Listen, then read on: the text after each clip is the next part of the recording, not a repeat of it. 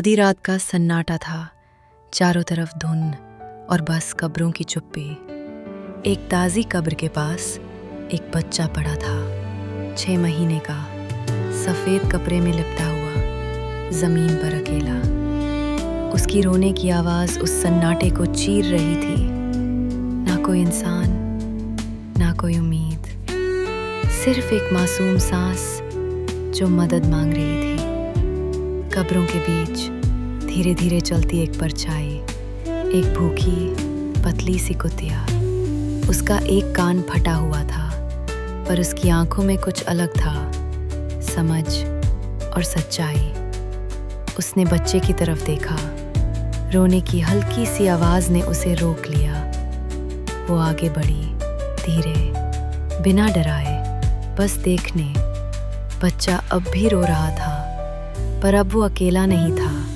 कुतिया बच्चे के पास आकर बैठ गई। ना कोई आवाज़, ना कोई हरकत, बस एक नज़र जिसमें सुरक्षा छुपी थी। शायद पहली बार उस बच्चे ने खुद को अकेला महसूस नहीं किया। झाड़ियों के पीछे कुछ हलचल हुई, 2 चमकती हुई आंखें सियार की, पर बच्चे और सियार के बीच अब एक दीवार थी। वो कुतिया, उसका शरीर तन गया, आंखें चौकस। वो डरी नहीं, हिली नहीं, बस खड़ी रही, जैसे कह रही हो, इस बच्चे को छू भी नहीं सकते।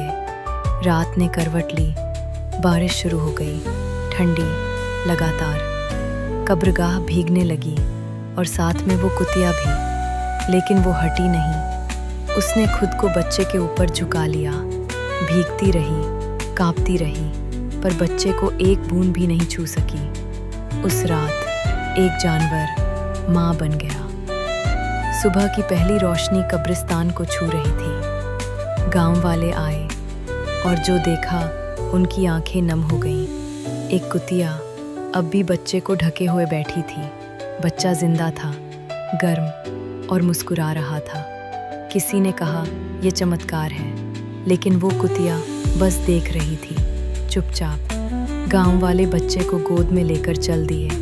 कहीं पीछे एक कुतिया कब्रों के बीच लौट रही थी। धीरे धीरे उसका शरीर धुंध में खो गया। ना कोई भौंक, ना कोई मांग, बस एक परछाई जो अपना काम पूरा करके चली गई। कहते हैं रक्षक फरिश्ते नहीं होते, कभी कभी वो बिना आवाज़ वाले होते हैं, जो इतिहास